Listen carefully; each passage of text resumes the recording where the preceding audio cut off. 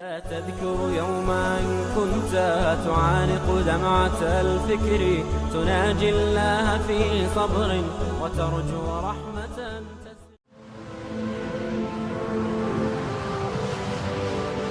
حضرت عمر رضی اللہ تعالیٰ عنہ جب ایمان لائے تو آپ نے ایک ایک کافر کے گھر کے دروازے پہ کھڑے ہو کے کہا کہ تم کمزوروں کو مارتے تھے، میں تمہیں بتانے آیا ہوں میں محمد عربی کا نوکر بن گیا۔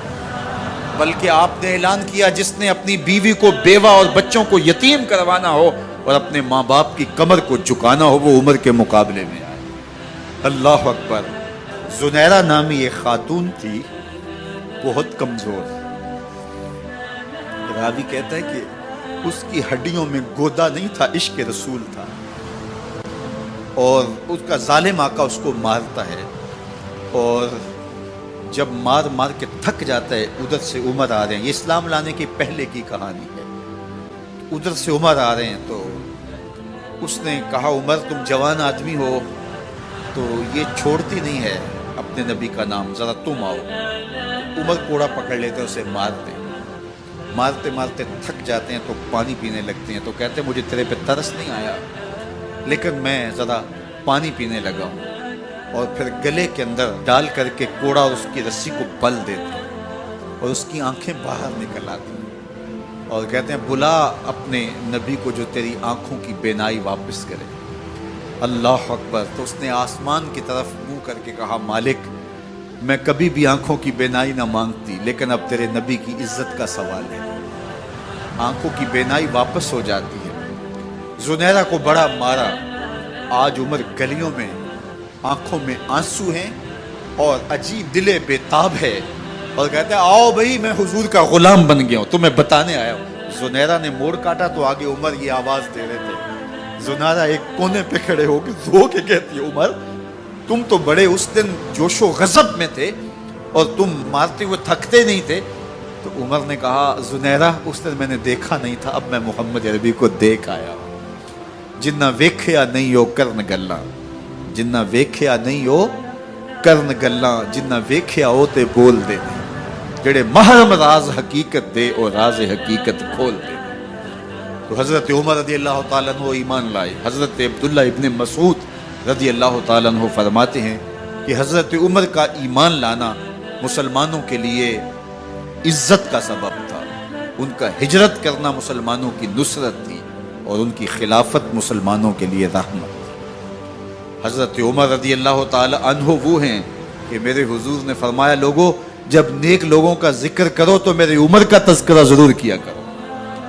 میرا عمر وہ ہے کہ جب وہ ایک سمت سے آ رہا ہو، ایک گلی اور بازار سے آ رہا ہو تو شیطان بھی آ رہا ہو عمر کو دیکھ کے راستہ تبدیل کر لیتا ہے۔ حضرت عمر رضی اللہ تعالی عنہ کی طبیعت کے اندر جو جاہ و جلال تھا، طبیعت کے اندر جو سختی تھی وہ اسلام کے اندر آ کر بھی قائم ہے، اور آپ نے وہی سختی وہی جاہ و جلال جو پہلے مسلمانوں کے خلاف تھا اب کفار کے خلاف، منافقین کے خلاف حضرت عمر کی طبیعت کے اندر وہ جوش و خروش بدستور موجود ہے۔ لیکن جس دن آپ خلیفہ بنے تو اس دن آپ نے ممبر پہ چڑھ کے جو خطبہ دیا اس میں کہا لوگوں میں سخت اس لیے تھا کہ رسول اللہ نرم تھے، پھر میں سخت اس لیے تھا کہ حضرت ابوبکر صدیق نرم تھے، اب میں تخت خلافت پہ بیٹھا ہوں، اب میری سختی جو ہے وہ نرمی میں تبدیل ہو گئی، صرف فاسقوں فاجروں اور باغیوں کے لیے میں سخت ہوں، باقی تمہارے لیے نرم ہوں۔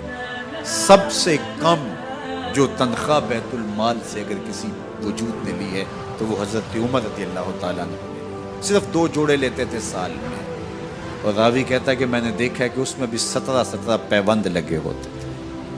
حضرت عمر رضی اللہ تعالیٰ عنہ کا طرز زندگی، آپ کا انداز معاشرت اور آپ کا انداز خلافت، ہر لمحہ آپ کی زندگی کا اٹھا کے دیکھیے کتنی مرتبہ قرآن حضرت عمر کی رائے کے مطابق نازل ہے۔ اللہ تعالیٰ جل شانہ نے ان کو صاحب الہام بنایا تھا۔ ہر امت میں کوئی صاحب الہام ہوتا ہے، حضور کی امت کا صاحب الہام حضرت عمر رضی اللہ تعالیٰ، اور آقا کریم نے انہیں اپنا وزیر قرار دیا۔ فرمایا میرے 2 وزیر آسمانوں میں ہیں، 2 وزیر زمینوں میں ہیں، آسمانوں کے وزیر جبرائیل اور میکائیل ہیں اور زمین کے وزیر ابو بکر اور عمر ہیں۔ رضی اللہ تعالی عنہما۔ ایک دن حضرت عمر بیٹھ کے رو رہے تھے تو کسی نے کہا حضرت رو کیوں رہے ہیں؟ فرمایا کہ میں اس لیے رو رہا ہوں کہ فلاں پل سے بکریاں گزری ہیں، تو پل کے اندر شکستگی تھی، ٹوٹا ہوا تھا پل درمیان میں، اس میں ایک بکری کی ٹانگ ٹوٹ گئی ہے، تو میں ڈرتا ہوں کہ میرا رب یہ نہ پوچھے کہ عمر تو نے پل صحیح تعمیر نہیں کروائے تھے کہ ایک بکری کی ٹانگ کیوں ٹوٹی ہے۔ یہ ہیں حضرت عمر رضی اللہ تعالی عنہ۔ اللہ اکبر۔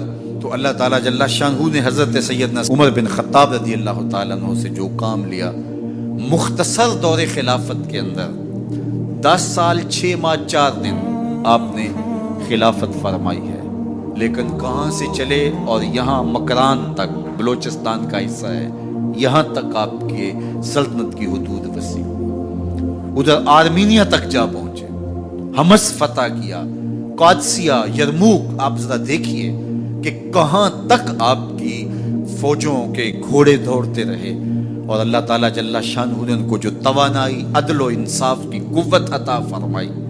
اللہ اکبر۔ جب زمین پہ عدل کیا ہو تو زمین بھی حکم مانتی ہے، اور حضرت عمر وہ تھے جن کا حکم ہوائیں بھی مانتی تھی، زمین بھی مانتی تھی، جن کا حکم جو ہے وہ آگ بھی تسلیم کرتی تھی اور دریا بھی ان کا حکم مانا کرتے تھے۔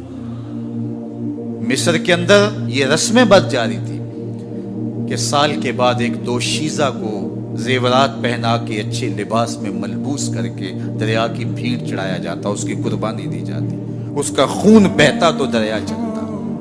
جب مسلمانوں نے مصر فتح کیا تو گورنر نے لکھا کہ اسلام تو اس طرح کی رسوم کی اجازت نہیں دیتا، لیکن خشک سالی ہے، لوگوں کی فصلیں ویران پڑی ہے، تو حضرت کیا کیا جائے؟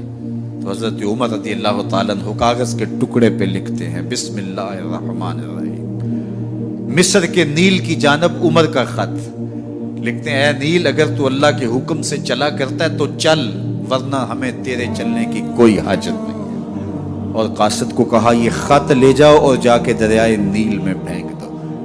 قاصد جا کے خط دریائے نیل میں پھینک دیتا ہے، پانی آتا ہے، ایسا دریائے نیل چلا، 14 صدیاں ہوئی ہیں آج تک کبھی بند ہی نہیں ہوا۔ دریا حکم مانتے، آگ نکلتی ہے۔ لوگ حضرت عمر رضی اللہ تعالی عنہ کے پاس آئے، حضرت لاوا پھوٹا ہے، آگ نکل رہی ہے اور مدینے کی طرف بڑھ رہی ہے، اب کیا کیا جائے؟ فائر بریگیڈ تو زمانے میں تھی نہیں۔ عمر نے اپنی قمیض اتاری، جس قمیض پہ 17 پیوند لگے ہوئے تھے چمڑے کے، کہا یہ قمیض لے جاؤ، جدھر آگ بڑھ رہی ہے آگے ڈھالنا، آگ پیچھے بھاگ جائے گی۔ زلزلہ آتا ہے تو زمین پہ درہ مارتے ہیں، زمین رک جا، کیا عمر نے تیری چھاتی پہ عدل نہیں کیا ہے؟ تو یہ عمر ہیں رضی اللہ تعالی عنہ کہ جن کے انصاف کی وجہ سے، جن کے عدل کی وجہ سے اللہ تعالیٰ کی رحمات، اس کی برکات کا نزول ہوتا تھا، اور اللہ تعالیٰ نے مسلمانوں کو وہ آبرو مند حکومت دی۔ کائنات کی تاریخ کے اندر ایسی حکومت آپ نے نہیں دیکھی ہوگی جو حضرت عمر نے حکومت کی ہے۔ اللہ اکبر۔ فرمایا فرات کے کنارے پہ ایک کتا بھی پیاسا مر گیا تو اس کا حساب بھی عمر سے ہوگا۔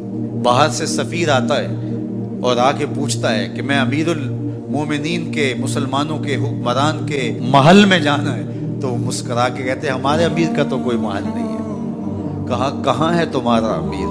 کہا مسجد نبوی میں ہوگا یا بیت المال کی اونٹوں کی دیکھ بھال میں لگا ہوگا۔ وہ جب گئے تو مسجد میں نہیں ہے، اللہ اکبر، وہاں گئے تو وہاں بھی نہیں ہے۔ پھر کیا دیکھتے ہیں کہ عمر رضی اللہ تعالی عنہ جنت البقیع کے پاس ایک درخت کے نیچے اینٹ کا سرانہ رکھ کے سوئے ہوئے، تو اس نے کہا عمر تو نے عدل کیا ہے، تجھے کچی اینٹ پہ بھی نیند آ گئی، ہمارے حکمرانوں نے انصاف نہیں کیا، اور وہ بند اور محفوظ کمروں کے اندر بھی سکون اور چین کی نیند نہیں سو سکتے۔